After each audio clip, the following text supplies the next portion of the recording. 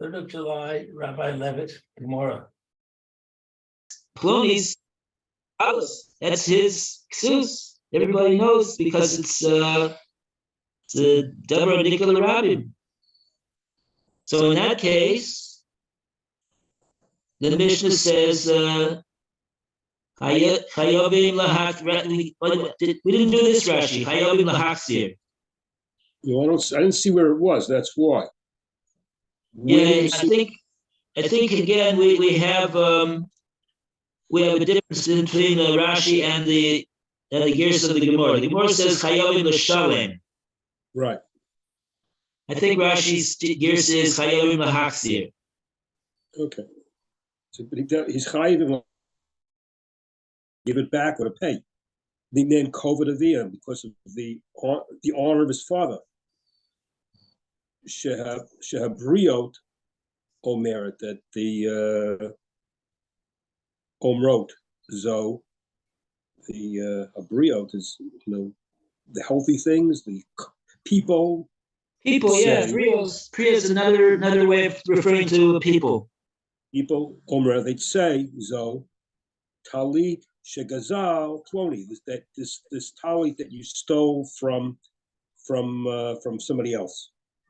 Yeah, if the sons are going to walk around wearing this talis, everybody's going to say, "Oh, look at that! This is the talis that it belongs to Ploni. This must have been that their father guzzled it, and then when he died, he left it Birusha to the sons. The sons are wearing it, so everybody knows now that either the father or the sons, somebody in the family, they guzzled this talis from Ploni, because everybody knows that this talis doesn't belong to this person who's wearing it. Everybody knows that it belongs to Ploni. That's what Rashi said. That's how Rashi defined the case in the previous Rashi. It's a davar anikr l'rabim. It's something that everybody. It's evident to everybody that who owns this thing. Okay. So therefore, it's interesting. Rashi says, and the reason they got to give it back over here is not because. The reason is because because the honor of the father, to preserve the honor of the father. What about the fact that because it's Gezel? So Rashi understands that since the Banim didn't gazel it,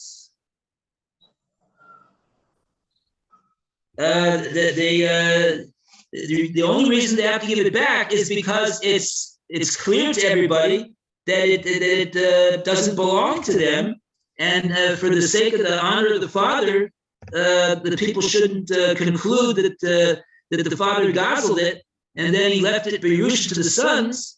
The sons should give it back.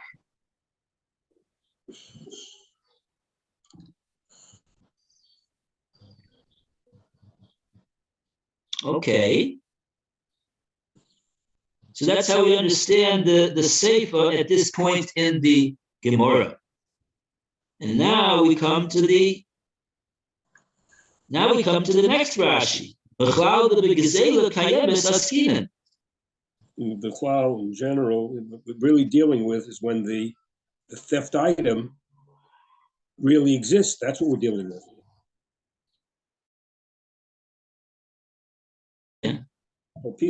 So even though the lav mishum kavod, now it's not because of the covetous father, he's putter. He would be putter from having to pay it back. Putter in the ratio would putter of our Mishnah. So even though the item, right, Mechlal over here means that by the Gemora was, Rashi's explaining, the Gemora was making a deduction, deducing that based upon the fact that the Sefer is talking about a case of a davar sheyesh bo achrayus, and for that reason the chayav to give it back. the Gemora says Machlal, that implies that the case of the Reisha is talking about a case b'gzeila kayemis oskina, that we're dealing with a case where the gezel was not eaten; it's in existence, and which is not the way Rava explained, and so Rashi is explaining now that according to that, it'll come out that even though the gezel is kayemis and they didn't eat it, afilu hachi heichelav mishum kvod, in a case where there's no issue of the kvod of the father at stake, that the sons have this property, because it's not something that everybody realizes is it's not like the talus that everybody realizes belongs to Plony. It's just maybe it's money or by that is being belonging to Plony. In that case, Patalahu Bereisha B'Masnisin. The Reisha will exempt the sons from having to give it back.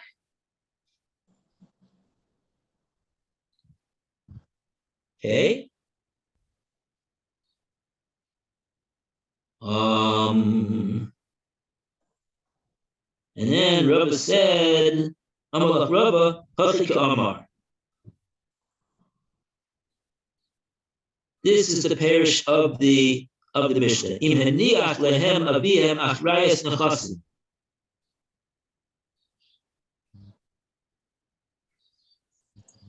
Okay, now we got another Rashi. Maybe Lou wants to read a Rashi over here. Lou, are you there? Can you hear us? I can hear you. Okay. Can you see me? Yes, we can see you. All right. Rashi. We're up. Where is it? You're up to Hachi Kamar, which is after you get to the on the left. It's 1, 2, 3, 4 lines down the left after it's blank. Hachi Kamar im haniach lahan aviem.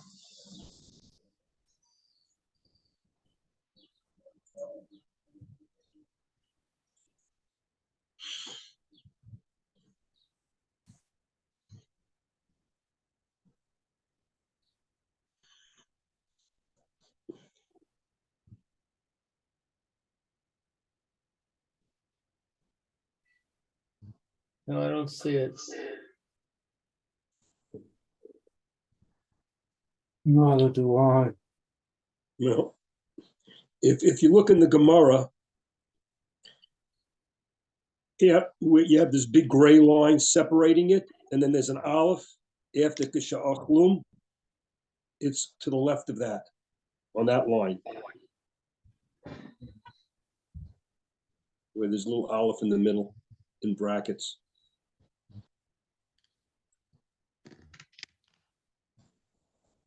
Achi, come on.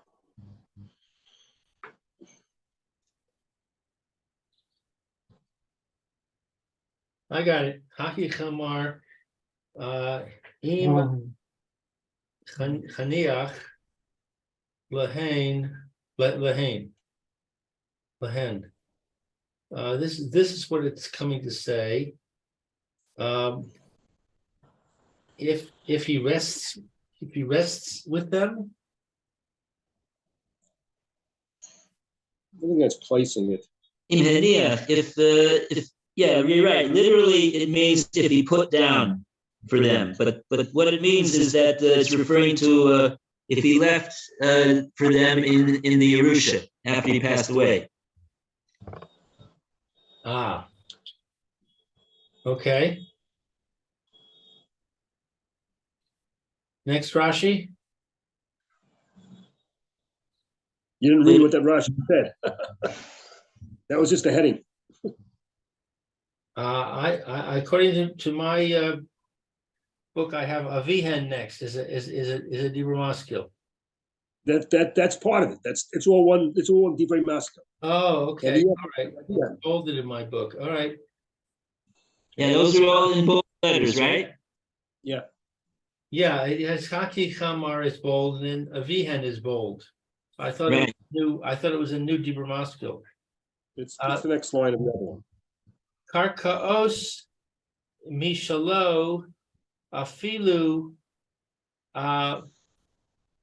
Achlu Es Hagzela Chayavim de Ash Te Avid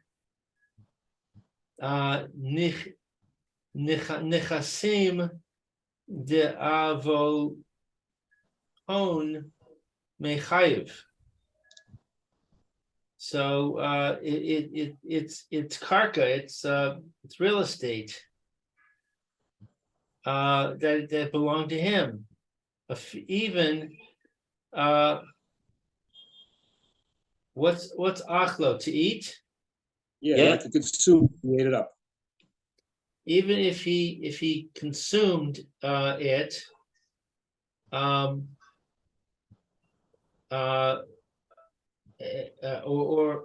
sorry, and it was stolen. That's what he consumed. He consumed the thing that was stolen. Was the thing that was robbed? That's what he consumed. He ate up, whatever it was that was what he was stolen. The stolen item got consumed.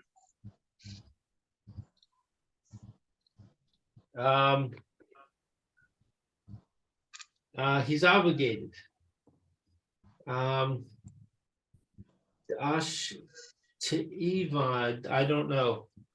That's like making a mortgage on it. He had to that he's subjugating that on his properties, his nechasim.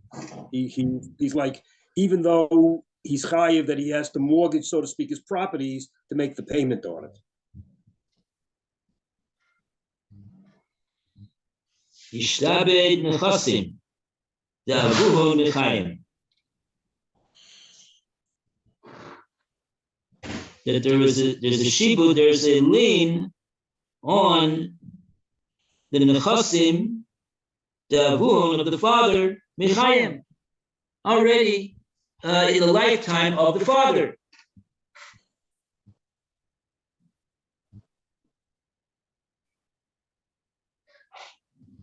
Why is that? Because when did the father guzzle this thing from this person? When he was alive.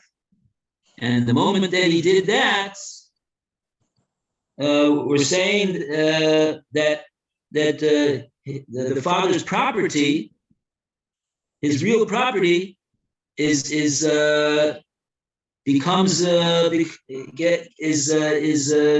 lien on it to secure the payments to the person that he stole from of the gezel. So now when this, even if this property now is going to go be Yerusha, because the father now takes leave from this world, and now he bequeaths that property to his sons, so that property, the shibud that's on that property, the lien that is on that property to pay for the gezel is still on the property.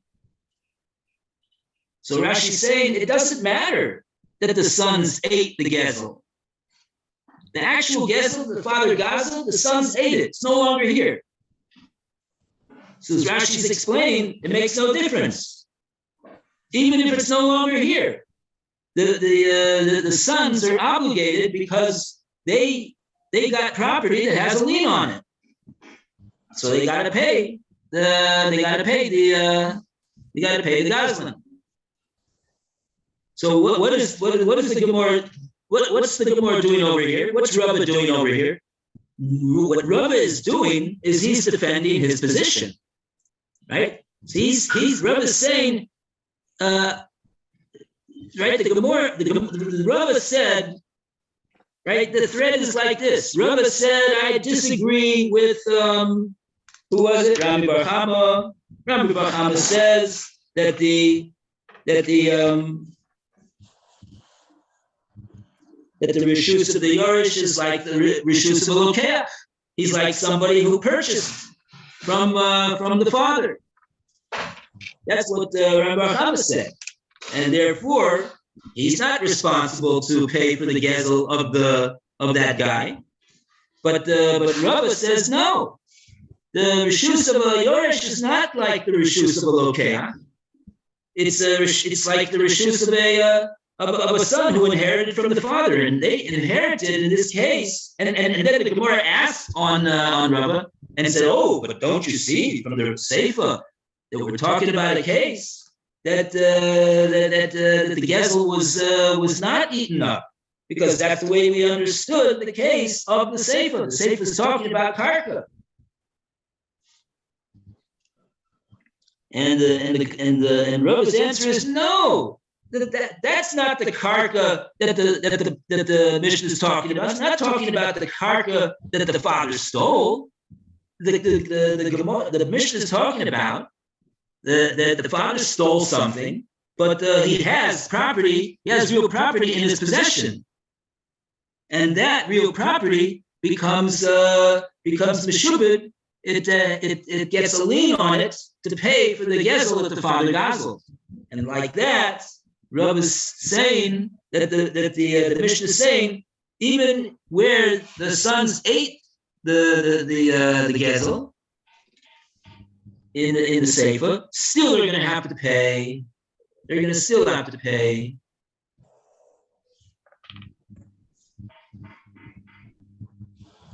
And Rav is still able to say, he's still able to maintain his position that Rishus Yoresh is lav kirishus lokeach dami, and that the Mishnah doesn't say anything that is contrary to that, like the Gemora originally wanted to suggest. Okay, a bit complicated, but okay, that's the way it goes.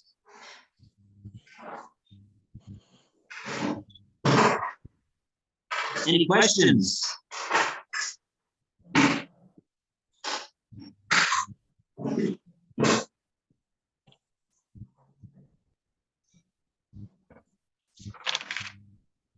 No questions?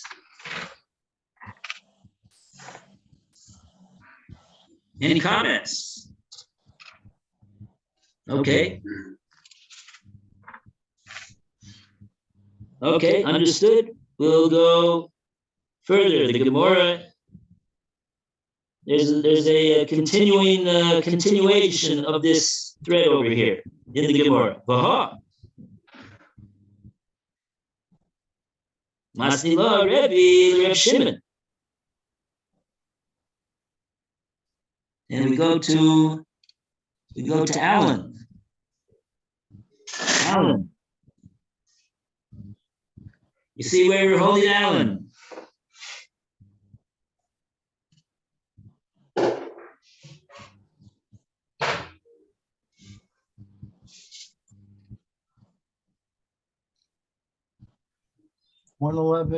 B2. Lift and column to bottom. The Gemara challenges this answer. Oh. Right? Mm-hmm. Yeah, we got a heads up on what the Gemara is talking about over here. Okay.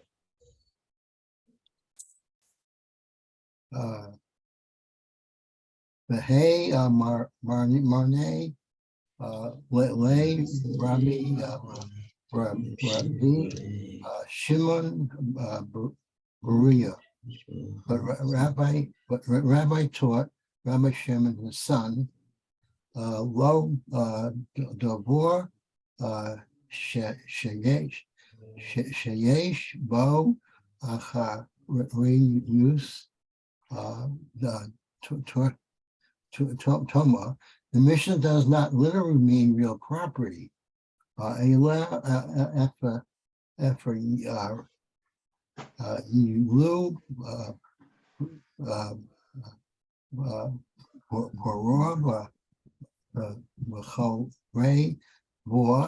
Rather, it means that even if the stolen article was a cow with which the heir plows, chamor, chamor, charav, or a donkey, which he guides by walking behind it.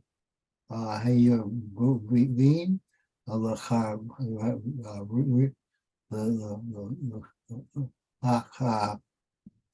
zir,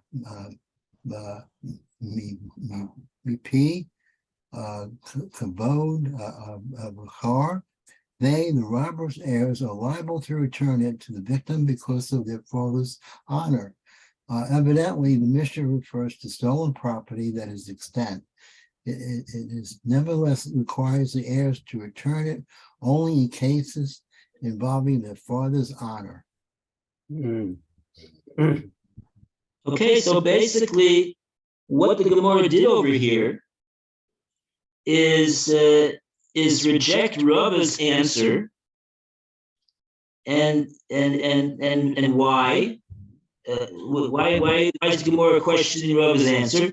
Because we've got the statement of Rebbe, who's from the Tanoim, that the correct way to explain this Mishnah is the way that the Gemora originally understood it. That we're not talking about property over here. We're talking about a davar sheyesh bo achrayus. And the way we're explaining the davar sheyesh bo achrayus is like Rashi explained in the Kasha on Rava, that is talking about something that was the father stole. Everybody knows that this talus belongs to Plony. Oh boy, here comes Robert Lefkowitz from Orlando, Florida. Let's have a round of applause for getting up at 5:30 in the morning, even before 5:30 in the morning. 5 o'clock at least. Welcome, Robert. How you doing? Good to see you today. There we go. Give him 5. Yes, sirree. And Wow. Unbelievable. Well, it's dark out there in Orlando, Florida now. I guess 5 o'clock in the morning. Yeah, it would be. Okay. Well done, Roberts. Okay. So here we go. So that's what the Gemora is saying, basically. The Gemora is rejecting Rava's answer because we've got a Tana that says the answer that the Gemora originally gave. That when the Mishnah is talking about Achrayus, it's talking about a case of something that was stolen that everybody knows belonged to Plony. And so now, when the father dies and he inherits that property, so to speak, to the sons, and now the sons are using that animal, everybody knows that that's the animal of Plony. And so they got to give it back because of the honor of their father. Chas v'sholom, that the people should remember that their poor father, olav v'sholom, dazzled this animal from Plony. So they got to give it back for that reason. And now, if you're keeping score of the cheshbon over here, what that means is that we are saying that since the Sefer is talking about a case like this, a davar sheyesh bo achrayus, which is still here, and because of the fact that it's still here, that's the problem, that the sons can't use it because it discredits the father. So therefore, we got to say that the Reisha is also talking about a case where the thing that was stolen by the father is still here, not that it was eaten up. And that is not the way that Rava explained the Reisha of the Mishnah. Rava explained that he was forced to say that the Mishnah is talking about a case where they ate it up, and that's the only reason why the Mishnah says they're part to pay.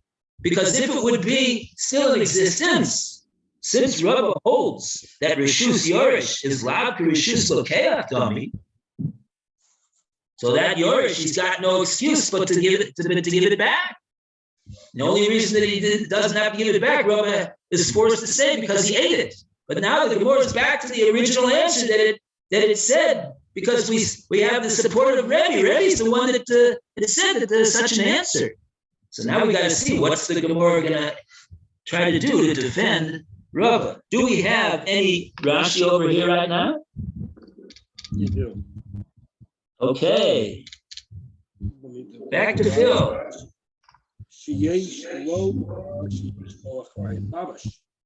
It's not a thing that there is really an achrayus. It's not a real thing of a real thing, so to speak. It's not a mamish. It isn't exactly that kind of item. Lo shegazal kaka. It's not that he stole land, the haniach lifnein, and he placed it before them, not in front of them.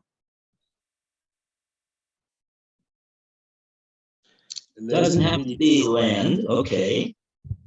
Continues in Zefilu Gazal Para, even if he stole his cow, the Chareshbo, and he plowed with it, or a chamor, or the donkey, Mechere Achram, and he led after it. He's leading along with a stick somewhere. Hakol, Hakol, and all of these Me'idim, like testify that he did nigzal, that it really belongs to the one who was stolen from. They're chayivim, they are chayiv. Alma, we see the gazela kayemet as given. We are dealing with the case where the object really does exist. It exists, and it's the type of an object that everybody knows belonged to the nigzal. So now we have so therefore we see clearly that the Sefer is talking about a case of a Gezel Kayemis, that the Gezel is still around. And if so, we're going to have to say that the case of the Reisha is a case where the Gezel is still around. Make the Sefer and the Reisha symmetrical.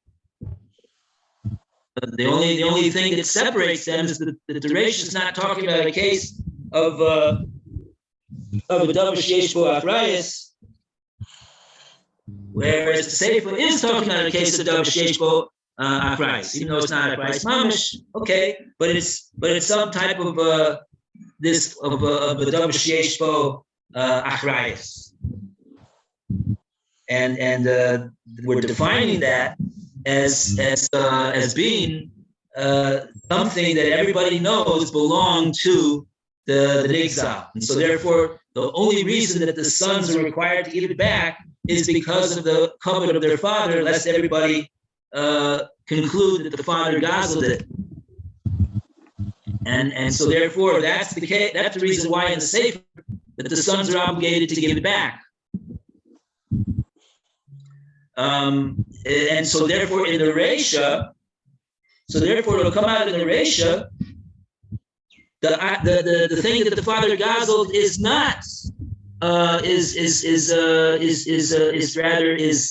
yes kayemet, is still here. The sons did not eat it, but since it's not something that the sons would be required to return based upon the covenant of their father, nobody is going to conclude that this money that the sons are putting in the bank belong to Plony, because everybody sees that it's Plony's money, right? It doesn't have Plony's picture on it. It's got George Washington's picture on it. So nobody knows that this money belongs to Plony. So the fact that the father gazeled it before he died, and now it went the Yerusha to the sons don't have to give that back. It's not they didn't gazel it. And so therefore, because that would accord with the view of Ram Bar Chama, that we see that the reshus of a Yerush is like the reshus of a Lokeach. The fact that the sons yarshin it it's like they purchased the stolen item from what's his name, from the father, and so therefore, together with Shini Rishus and Yeush of the father, so therefore the sons don't have to give it back. So that will explain the Mishnah, but it's not going to explain according to Rava, because Rava doesn't agree with that principle that Rishus Yorish is ki Rishus Lokeach. It's not regarded as though the sons have gotten it because they're like lakuchos, like they're purchasers from the Gaza. So therefore, that's why Rava had to say that the reason that they don't have to give it back is because they ate it.